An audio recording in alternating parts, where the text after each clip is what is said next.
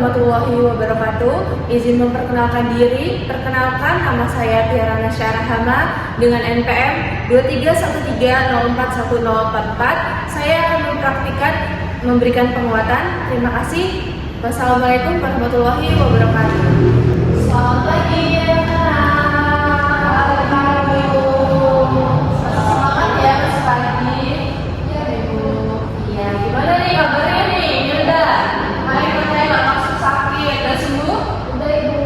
Udah mau ya sakit hari ini? Iya. Sakit apa Maura? Enak badan nanti. Enak badan. Audi sehat? Sehat. Alhamdulillah. Oke, berarti udah siap ya belajar siang hari ini? Udah. Siap? Siap. Dong, pastinya. Oke. Sebelum kita memulai pembelajaran kita pada siang hari ini, alangkah baiknya kita berdoa terlebih dahulu. Untuk siapa yang memimpin doa? Bila pimpin doa. Sebelum memulai pembelajaran hari ini, mari kita berdoa.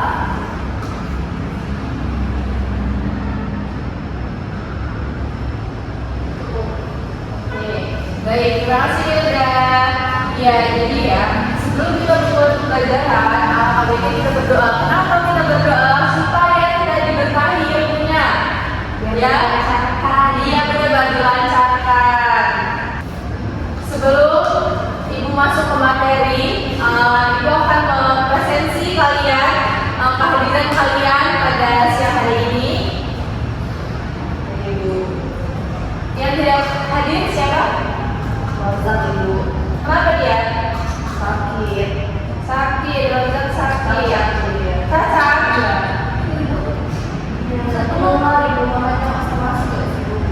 Iya, jadi kalau cacar itu penyakit yang menular. Kalian jangan dekat sama orang yang cacat. Iya, iya, jadi tidak boleh. Iya, jadi tidak boleh dekat dulu dengan rozak. Baiknya rozak di rumah dulu istirahat supaya katanya cepat sembuh. Karena cairan di cacar itu bisa menular ke kalian. Walaupun kalian sudah terpapar cacar terlebih dahulu, akan terkena lagi. Oke, selanjutnya Abi, Hilda, Nora, Zahira. Izin Bu. Kenapa Zahira? Oke, jadi ada suratnya? Ada. Oke, baik. Jadi yang tidak hadir ada Ojak dan Zahira. Baik. Sebelum kita masuki materi pada siang hari ini, sebelumnya di pertemuan kita sebelumnya nih, ada yang tahu nggak kita belajar tentang apa? Audi, boleh kita belajar tentang apa? Kita belajar tentang menyajikan hasil laporan observasi dalam bentuk buku tempel. Buku tempel. Ya. Di pertemuan kita sebelumnya kita sudah mempelajari nih laporan menyajikan hasil ya laporan observasi. Oke, boleh deh nih Maura. Apa itu laporan hasil observasi? Teks yang menyajikan informasi dan analisis berdasarkan pengamatan terhadap objek tertentu Ibu. Tepat sekali. Itu tadi adalah pengertian dari laporan hasil observasi. Jadi sudah pada paham ya apa itu laporan hasil observasi. Oke, untuk pertemuan kita pada hari ini kita akan membahas tentang mempresentasikan laporan hasil observasi. Jika pada pertemuan sebelumnya kita membahas tentang Menyajikan hasil laporan observasi dalam bentuk buku tempel. ya, di pertemuan sebelumnya kita sudah mempelajari nih sama seperti hari ini yaitu laporan hasil observasi, tetapi di pertemuan sebelumnya kita menyajikannya adalah bentuk tempel. Dalam pertemuan hari ini kita akan mempresentasikan nih hasil laporan observasi. Oke, Ibu akan mengulang kembali nih pengertian dari laporan hasil observasi. Apa itu laporan hasil observasi? Laporan hasil observasi itu adalah proses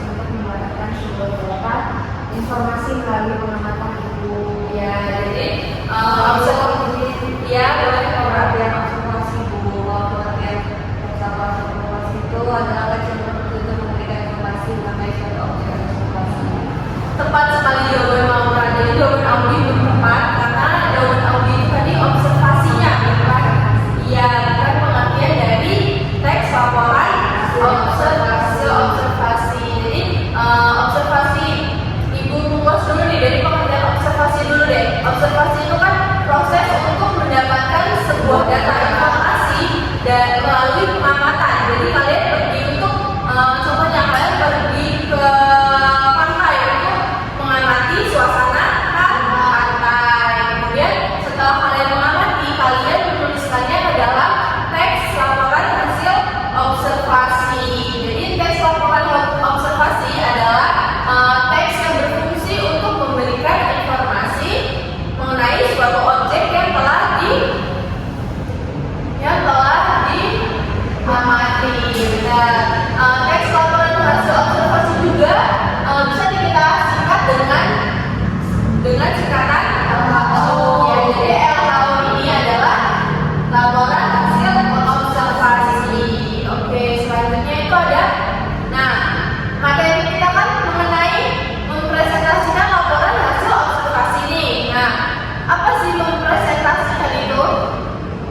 Memaparkan. Ya, betul sekali, memaparkan seperti itu nih, memaparkan materi kepada kalian. Jadi saat ingin presentasi, kita itu harus memperhatikan intonasi. Apa sih intonasi itu? Hilda tahu intonasi? Ya, boleh Hilda. Intonasi adalah variasi nada suara dalam bicara yang mencakup tinggi rendahnya suara, keras lembutnya ucapan, dan jeda yang berfungsi untuk menyampaikan makna dan emosi dalam komunikasi. Tepat sekali Hilda. Itu tadi intonasi. Jadi intonasi itu suara yang keluar, ya bunyi yang keluar dari mulut kita. Tapi harus bervariasi nadanya. Jadi dalam kita mengeluarkan suara itu harus bervariasi nada suaranya.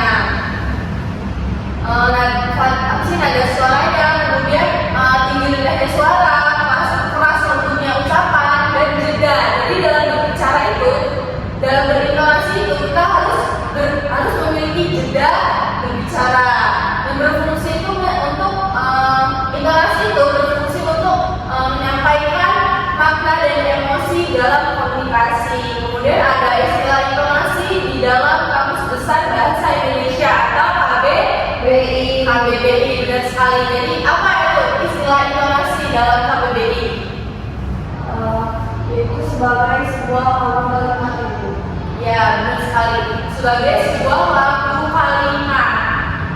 Jadi dalam kita berbicara, kita itu seperti pengertian intonasi tadi kan ada variasi nada suara.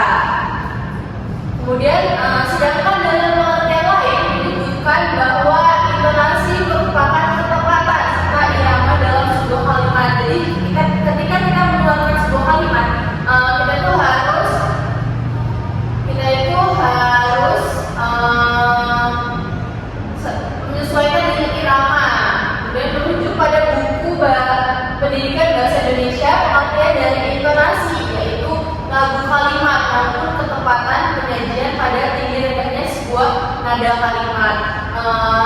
Di dalam lagu itu kan ada tinggi rendahnya sebuah kalimat ya. Sama seperti intonasi, dalam berpresentasi itu harus memiliki lagu kalimat itu sendiri. Oke, selanjutnya itu ada fungsi intonasi dalam presentasi. Jadi kenapa sih harus berintonasi dalam berpresentasi? Itu ada fungsinya. Yang pertama itu untuk menekankan poin-poin penting. Jadi intonasi yang tepat itu dapat membantu menekankan informasi yang penting dalam presentasi.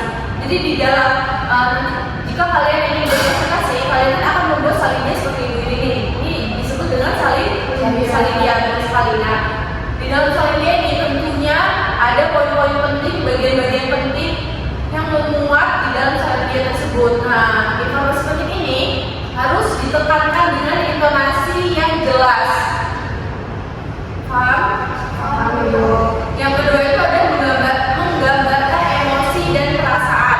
Jadi intonasi itu dapat digunakan untuk mengekspresikan emosi, kemudian perasaan pembicara pada audiens. Jadi intonasi itu digunakan untuk mengekspresikan emosi nih dari ibu ke kalian, gitu ya. alur cerita atau presentasi. Jadi intonasi yang baik dapat membantu audiens memahami alur cerita atau presentasi dengan lebih baik. Jadi kalian itu ketika berpresentasi harus berintonasi supaya audiens yang mendengar kalian itu memahami nih apa yang kalian sampaikan dan dapat tersampaikan dengan baik. Tepat sekali. Kemudian selanjutnya itu membuat presentasi lebih dinamis. Jadi ketika kita berintonasi yang baik itu dapat membuat presentasi lebih hidup dan menarik perhatian audiens. Ketika kalian tidak berintonasi seperti kayak datar saja nadanya, itu akan membuat audiens kalian merasa bosan. Seperti misalkan ibu menjelaskan di materi ke kalian, tapi ibu tidak berekspresi seperti datar saja, itu akan membuat kalian bosan tidak? Bosan kan? Kemudian yang kelima itu ada menghindari pesan datar atau membosankan. Jadi intonasi yang tepat dapat menghindari presentasi yang terdengar monoton dan membosankan. Contohnya seperti itu akan seperti intonasi dalam presentasi. Pertama menekankan poin-poin penting. Intonasi itu akan membuat kalian merasa ngantuk dan bosan kan? Ya. Jadi kalian ketika berpresentasi itu harus berintonasi yang jelas. Selanjutnya itu ada cara mengatur intonasi saat presentasi. Jadi intonasi itu tidak sepenuhnya asal-asalan, harus ada caranya yang baik supaya presentasi kalian itu lebih hidup dan tidak membosankan. Untuk cara yang pertama itu gunakan suara lantang untuk menegaskan suatu hal yang penting dan harus diingat oleh audiensi. Jadi seperti yang ibu jelaskan sebelumnya, itu kan tadi fungsi intonasi itu kan menekankan poin-poin penting. Nah, jadi gunakan suara yang lantang untuk mengucapkan poin-poin penting tersebut. Kemudian yang kedua itu ada gunakan tempo berbicara yang lambat untuk menyampaikan sebuah poin penting pada presentasi. Jadi kalau presentasi jangan seperti nge-rap cepat-cepat gitu. Jadi informasi yang disampaikan itu tidak tersampai dan sekali audi. Kemudian sebaliknya, gunakan tempo berbicara yang cepat untuk menyampaikan suatu hal yang tidak penting. Tapi kan kita presentasi tidak mungkin ya menyampaikan sesuatu yang tidak penting. Pasti semuanya penting. Ya seperti cerita atau hanya basa-basi. Jadi kalau presentasi itu hindari terlalu banyaknya basa-basi yang tidak penting. Kemudian yang ketiga itu tinggikan suara kalian ketika menyapa audiensi pada awal presentasi. Jadi ketika kita memulai presentasi, kita harus menyapa dulu nih audiensi yang akan mendengar presentasi kalian, ya kan? Karena kesan pertama dalam kalian membuka presentasi itu akan membuat audiens itu merasa tertarik. Jika pembukaan presentasi kalian itu menarik, maka mereka akan mengikutinya hingga akhir. Nah, sebaliknya, rendahkan suara kalian saat menjelaskan isi presentasi. Namun, kalian harus mengatur suara kalian agar tidak terlalu rendah hingga tidak dapat didengar oleh audiensi. Jangan pula terlalu tinggi hingga mengganggu pendengaran audiensi. Jadi standar saja suaranya, tidak besar, tidak kecil. Yang penting terdengar dan tersampaikan. Dan keempat itu, gunakan perasaan atau emosi sesuai dengan kalimat yang akan kalian ucapkan. Jika kalimatnya marah, maka ekspresi kalian harus marah. Jika kalimatnya bahagia, maka ekspresi kalian harus bahagia. Benar sekali, Audi. Nah, oke, sebelumnya tadi kan materinya tentang mempresentasikan laporan hasil observasi. Oke, ibu akan memberi contoh. Ini gambar apa? Candi apa? Benar banget, ini Candi Borobudur. Siapa yang udah pernah ke Candi Borobudur? Milda sudah. Bagus, berarti Milda bisa nih membuat laporan hasil observasi nih, karena Milda sudah pernah berkunjung ke Borobudur. Ibu kasih contoh penulisan laporan hasil observasi yang benar. Tadi kan gambarnya Candi apa? Borobudur. Oke, untuk pendahuluan seperti yang sudah ibu cantumkan pada salinan depan, Candi Borobudur adalah salah satu warisan budaya dunia terletak di Kabupaten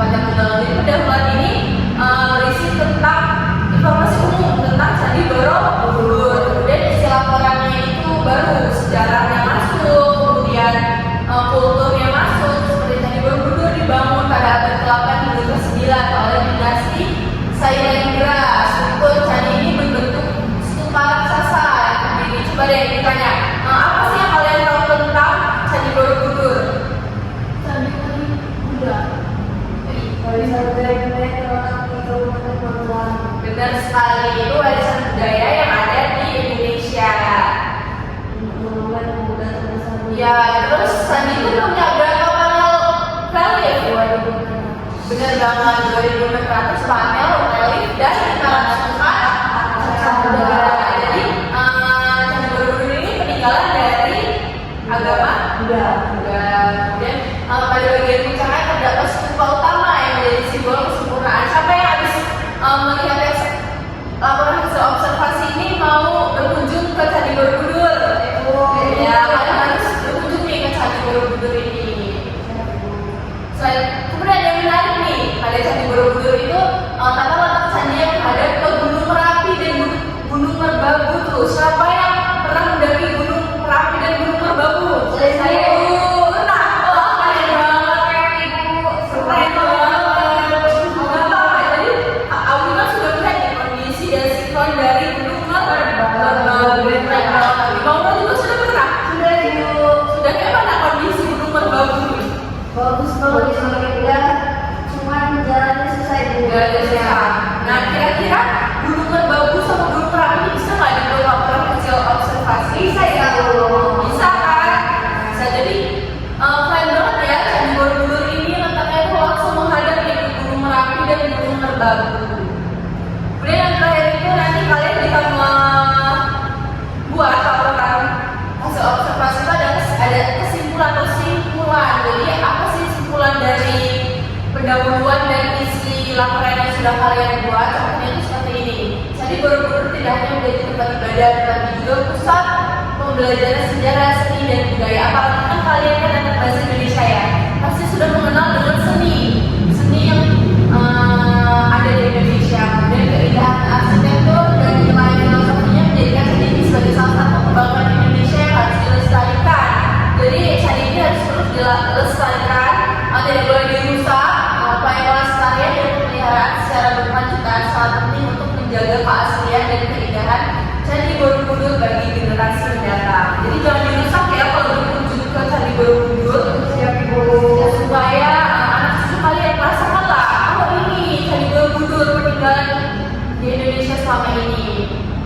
Oke, kemudian ibu minta kalian membuka buku kalian halaman 15. Di situ ada dua contoh teks laporan hasil observasi. Sudah dibuka? Oke, jadi di situ kan ada dua teks tuh ya. Judulnya yang pertama itu ada Tabebuya dan yang kedua itu ada Taman Nasional Flores. Jadi tugasnya, sebelum masuk tugas deh, ibu ingin bertanya, apakah ada yang ditanyakan? Sudah cukup paham lah ya, karena materi laporan hasil tes observasi ini yang terakhir. Materi kemarin sudah mengerjakan juga kan? Ya, oke. Jadi langsung saja ke tugas ya. Nah, di situ kan ada dua teks tuh. Kalian memilih salah satu teks dari dua teks tersebut ya. Kemudian bacalah paragraf laporan hasil observasi yang telah kamu pilih. Jadi kalian tuh pilih yang mana? Tabebuya atau Taman Nasional Flores, salah satu saja. Kemudian tandai bagian yang harus diberi penekanan. Gunakan simbol panah ke atas untuk nada naik, kemudian panah ke bawah untuk nada yang turun. Kemudian buatlah peta konsep laporan hasil observasi berdasarkan teks tersebut. Kalian sudah kan belajar tentang peta konsep? Sudah ibu. Ya, jadi setelah menyusun laporan hasil observasi, kalian membuat peta konsep. Kemudian setelah membuat peta konsep, kalian berlatih nih pengucapan bersama kelompok. Jadi ngerjainnya sendiri-sendiri, tetapi berkelompok. Itu masing-masing kan berkelompok gitu ya. Kemudian presentasikan di kelas menggunakan gaya dan intonasi terbaik kalian. Jadi tugasnya ini membuat laporan hasil observasi ini di buku kalian masing-masing ya. Contohnya seperti ini. Jadi ini misalkan buku.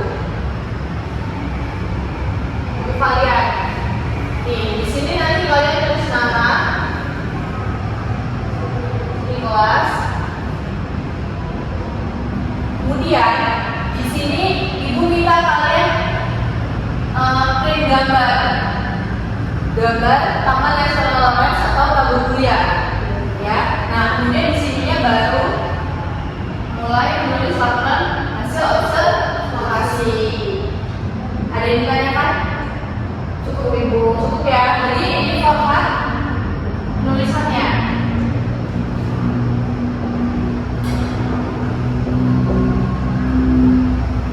Ibu minta kalian kumpulkan pada pertemuan selanjutnya.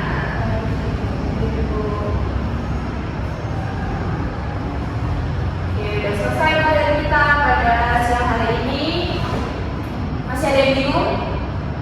Tidak ya, kita sudah diulang-ulang nih laporan hasil observasi. Oke, karena waktu sudah habis, sebelum ibu tutup, ibu ingin merefleksikan kembali apa yang sudah kita pelajari pada hari ini. Sampai yang ingin menunjukkan apa yang sudah kita pelajari pada hari ini.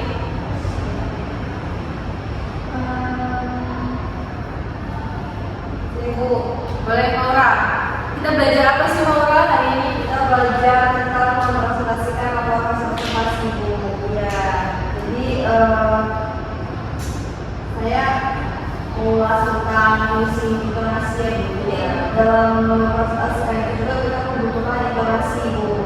Karena intonasi itu bisa menekankan poin-poin penting, lalu menggambarkan emosi dan perasaan, berbagai alur cerita, membuat presentasi dinamis dan menjadi pesan datar atau membosankan. Tepat sekali Maura. Jadi kita hari ini belajar tentang intonasi saat berpresentasi. Jadi lebih lagi ya, besok kita presentasi ke depan kalian sudah mengerti tuh apa yang harus kalian lakukan, intonasi apa yang harus kalian keluarkan gitu ya. Oke. Jadi kita hari ini belajar tentang mempresentasikan laporan hasil observasi.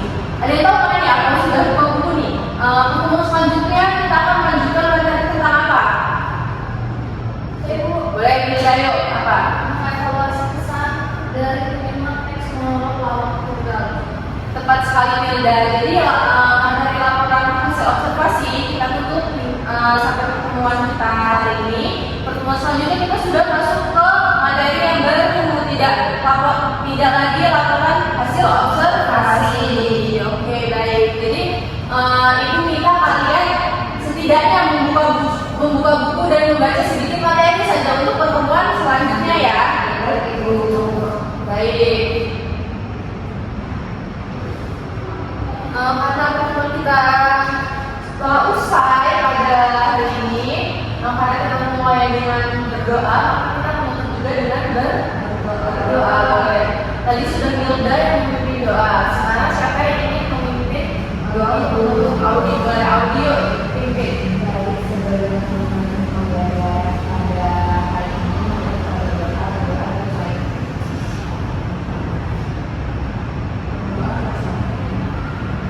Oke, terima kasih ya Uni. Terima kasih ya sudah antusias di kelas ibu, sudah semangat, sudah bertanya, sudah menjawab. Untuk yang sakit semoga sembuh Maura, dan yang sehat dan tetap sehat di rumah, minum air putih yang banyak, minum vitamin. Kemudian temannya yang belum hadir pada pertemuan kali ini, semoga bisa hadir di pertemuan selanjutnya. Jadi ibu akhiri, wassalamualaikum warahmatullahi wabarakatuh. Waalaikumsalam warahmatullahi wabarakatuh. Terima kasih. Selamat siang. Saya Milda Kristin akan membacakan panduan observasi ketiga, yaitu keterampilan memberikan penguatan. Nama calon guru Tiara Nasya Ahana dengan PM 2313041044 tanggal 16 Oktober 2025, waktu pukul 10.00 WIB. Topik: mempresentasikan laporan hasil observasi semester 5. Hal-hal yang diamati. Komponen yang pertama memberikan penguatan verbal. A. Kata-kata yaitu benar, bagus, tepat, bagus sekali. B. Kalimat: pekerjaan baik sekali, saya senang dengan pekerjaan pekerjaan makin lama makin baik. Sudah digunakan dan sudah tepat. Yang kedua, penguatan nonverbal. Yang pertama penguatan berupa mimik dan gerakan badan. Yang kedua, penguatan dengan cara mendekati. Yang ketiga, penguatan dengan sentuhan. Yang keempat, penguatan dengan kegiatan yang menyenangkan. Yang kelima, penguatan berupa simbol atau benda. Yang keenam, penguatan penuh dan tidak penuh. Sudah digunakan dan sudah tepat. Selanjutnya itu cara penggunaan. A. Penguatan kepada kelompok siswa. B. Penguatan kepada pribadi tertentu. C. Memberikan penguatan dengan segera. D. Variasi dalam penggunaan. Sudah digunakan dan sudah tepat. Selanjutnya itu prinsip penggunaan. A. Kehangatan dan keantusiasan. B. Kebermaknaan. C. Menghindari penggunaan respons yang negatif. Sudah digunakan dan sudah tepat.